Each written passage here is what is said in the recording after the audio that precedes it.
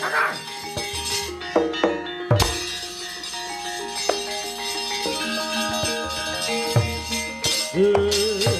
Mandek. Oh, adikku. Ono apa ya? Ono apa?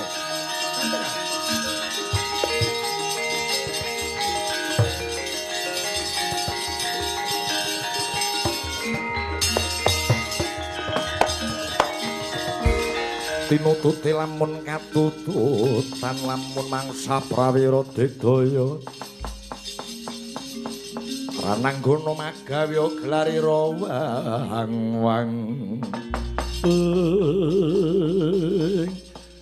mandhek Kakang Srijo mandhek. Oh, samba napa Yai? Ngandhek lakunipun Kakang semune siadi nanduke rasa duka. Ana apa? Samba pengen mangerteni sepira kaprawirane Kakang Boma. Dina iki dibuktekke ana kene. Sing mati Samba apa Kakang Setijo? Husik to husik. Iki perkarane iki apa meneh?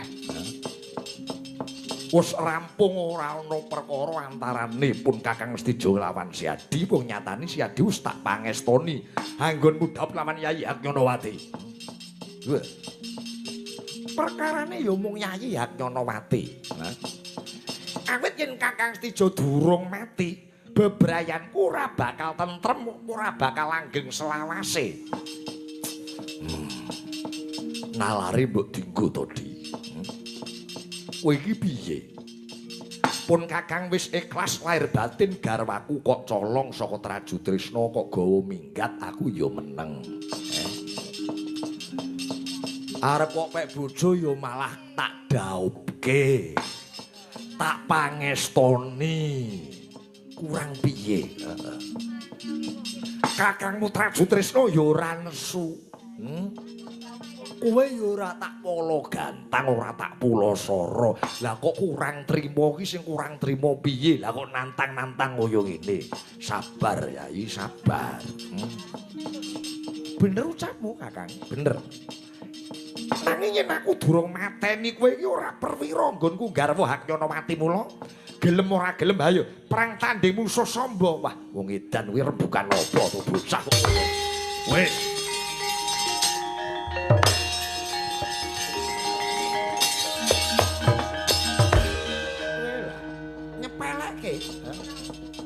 Nyepelekke karo Samba aku mbok anggap bocah wingi sore.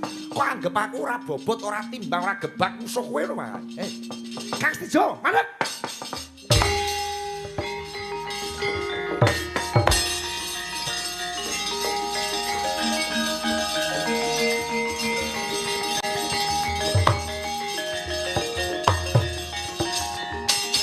Mandeg. Mandeg. Wis ora kena nuruti derenging nafsumu, ora perlu ana wujuding peperangan antaripun Kakang lan Siadi. Dibuktekke ngene, sing mati Samba apa Kakang Boma? Wah, lah salah. Yo, aja mlayu kan.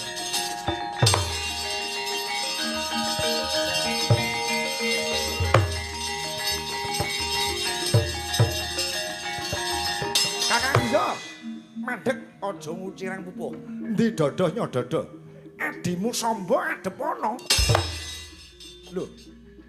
Malsa dibuktekke sing apa Samba apa Kakang Setijo? Sareh, sareh.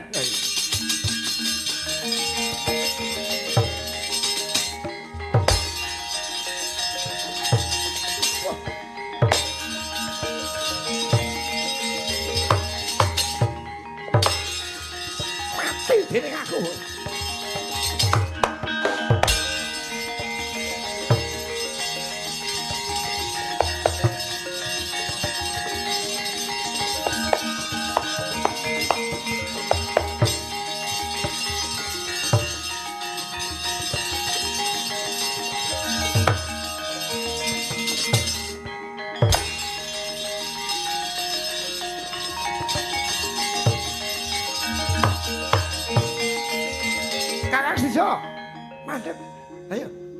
dibuktekke kene sing pantes dadi garwane Haknyanawati kang unggul ing yuda. Ayo. Mandika adep ana samba. Wis ora ana gunane, Yai. Eling, aku kuwi kadangmu tuwa. Perang ora mamas kadang. Ayo, adep ana samba adimu iki. Lho. Kowe nganggo gaman iki. Adep ana aku. Samba. Wah. Ayo.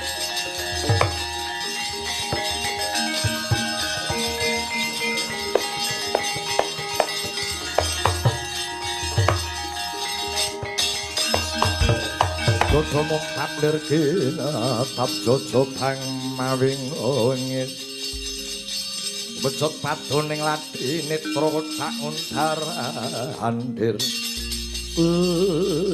kowe wong edan kowe mentala karo kakangmu Samba yen mung nganggo tangan ora apa-apa nanging bareng nganggo sirga nganggo keris tegese wis tegel karo aku, wis tegel karo kakangmu bangsat kowe.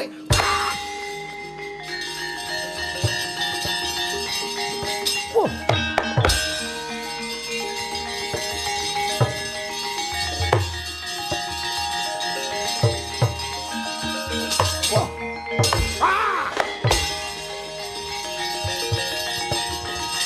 Wah.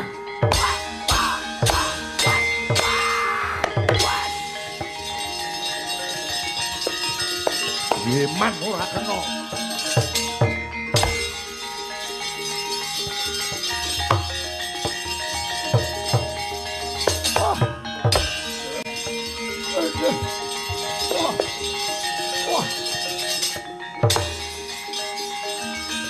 Haknyanawati. Ayo.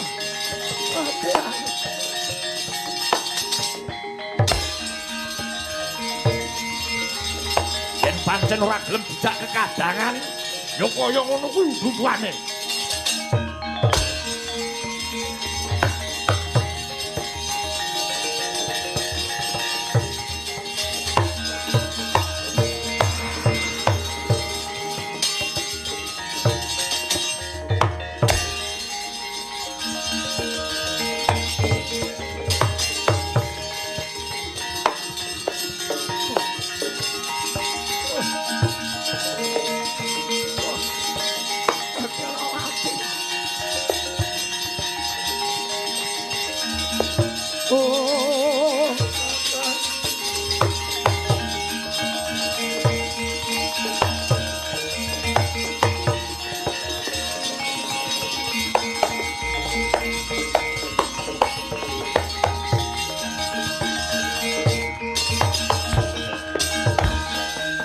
Lunga wekasan parane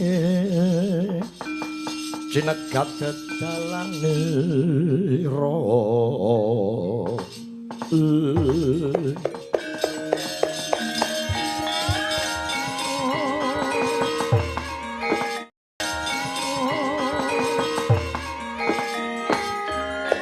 Raden panjenengan menika kenging menapa dene saranguning badan kebak tatu rah panjenengan deleveran kenging menapa Raden iya merga saka ucapmu kuwi merga saka ucapmu aku diprawosa lawan Kakang Bomo ora nyono orang legewa jebul tinemune kowe mong bakal ngeduku mbok antare aku lawan Kakang Setija. Oh, kok kebangetan temen. Haknyanawati. Sejatine tresnamu marang Samba kuwi tulus lahir batin apa ora? Raden. Katresnan kula dhateng panjenengan sineksen jagat sak isine. Tresna kang lahir batin donya prapting delahan. Raden. Anggen kula matur wonten ngarsa panjenengan kula mau kedah tanding kalian Kakang Setija awit Kula menika namung rumeksa kasatriyan panjenengan. Menawi panjenengan Raden Samba kirang pitados dhateng katresnan kula saged dipun buktekaken menika wujuding bukti katresnan kula dhumateng Raden Samba. Oh. Oh, Nyarawati. Oh, Nyarawati. Yaye. Ora kena mati ae. Oh, Nyarawati.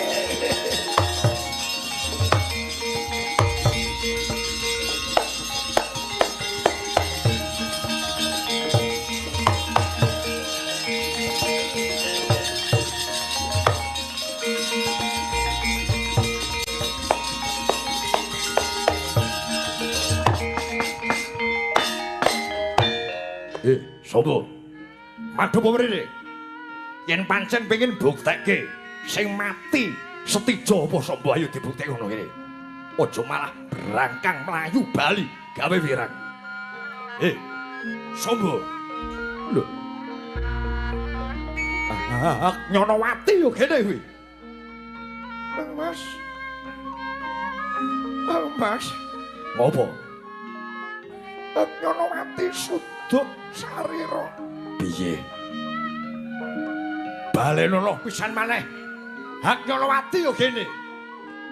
Hak Nyonowati suduk sarira. Oh. Hak Nyonowati. Oh. Oh.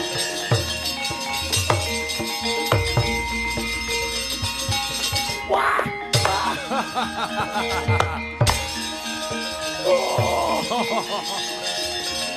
Ya ora kena mati wong ayu. Aku tresno kowe. Aku ora mati.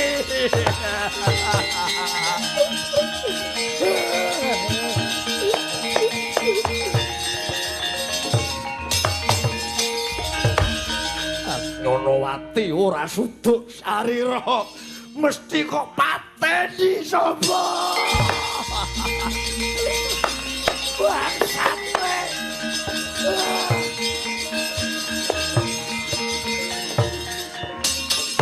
Aku saestu kula mboten mejahi. Kowe goro. Bareng ngerti kowe kalah perang tanding musuh Kakang Mustijo. Kowe ora wungo. Ora lega lira lamun tok Hak Nyonowati tak boyong bali ngono Traju Trisna. Sabanjure Hak Nyonowati kok pateni. Iya apa ora? Iya apa ora? Saestu mboten. Mboten Kangmas. Hak Nyonowati suduk sarira. Bangsat goroh kowe.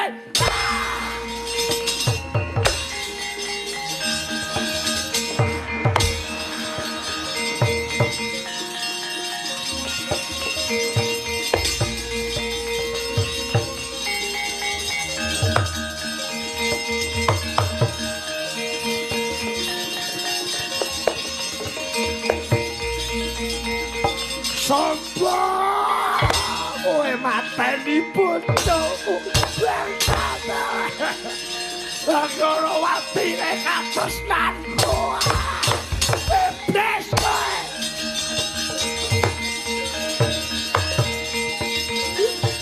Hak Nyonowati. Tak maleske matimu. Ayo.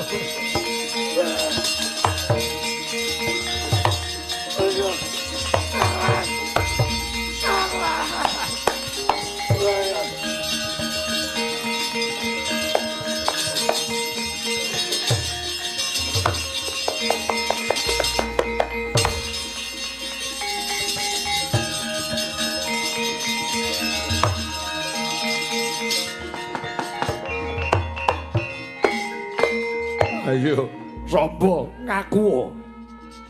Ngaku yen Hak Nyonowati kowe sing mateni.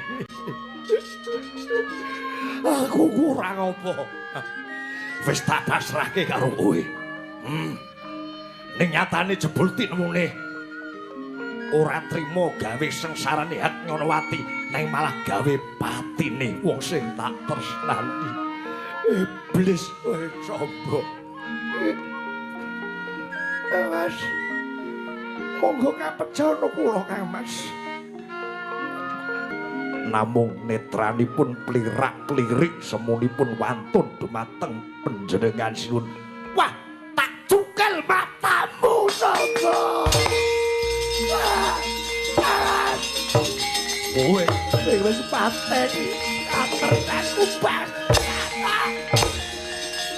Cukel matamu kowe.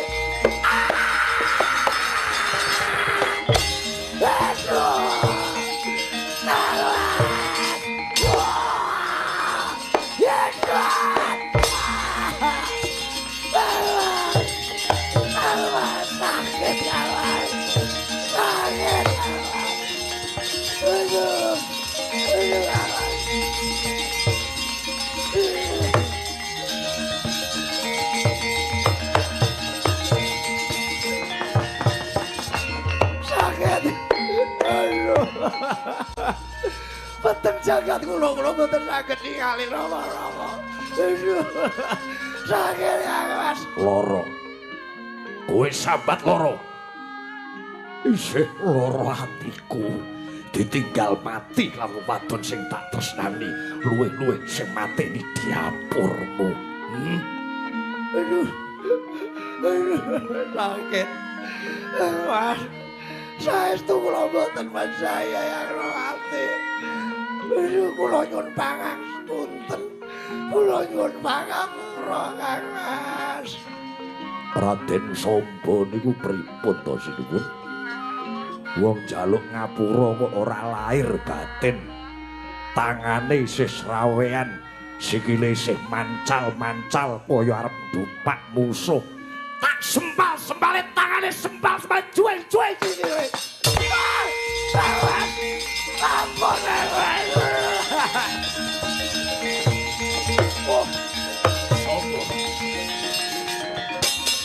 Ndi, tangan iki? Iya, sing kok nggo mateni Hatnyonowati, tangan iki. Ngomong mboten Kang Mas. Saestu mboten Bangsat elek, yo lantaran tangan iki bojoku. mati kowe kuwi Samba iblis kowe.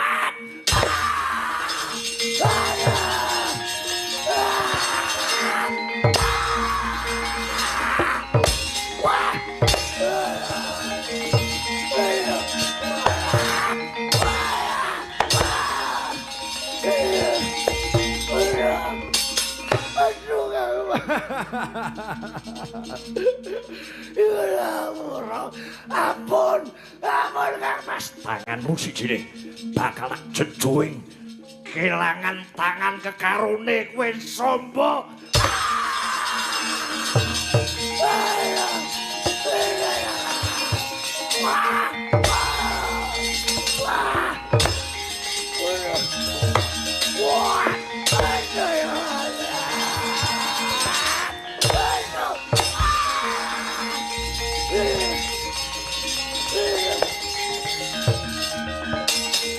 Ayo, sikilmu iki sing kok gonjangkah mateni boso.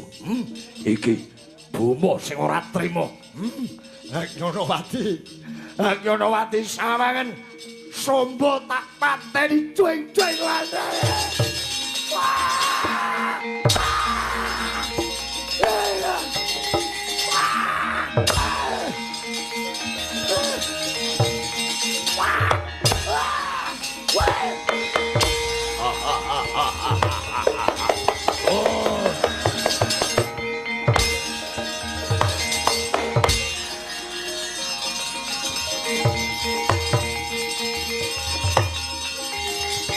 Samba!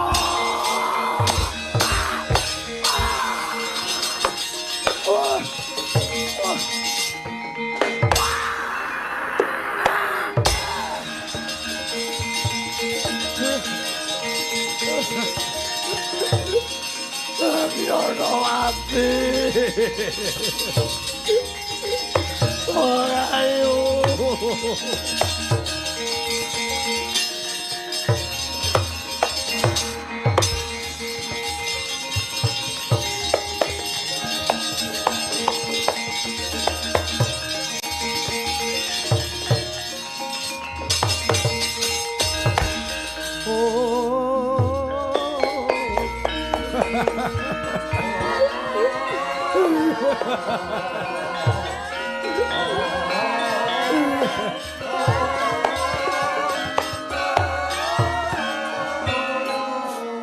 Ngopo Sandi tegel marang pun kakang. Yayi Agnyanawati sing mateni Sandi Samba wis tak pateni. Samba wis mati. Tentrema manjing kasuwargan. Tentrema manjing kasuwargan. Gusti.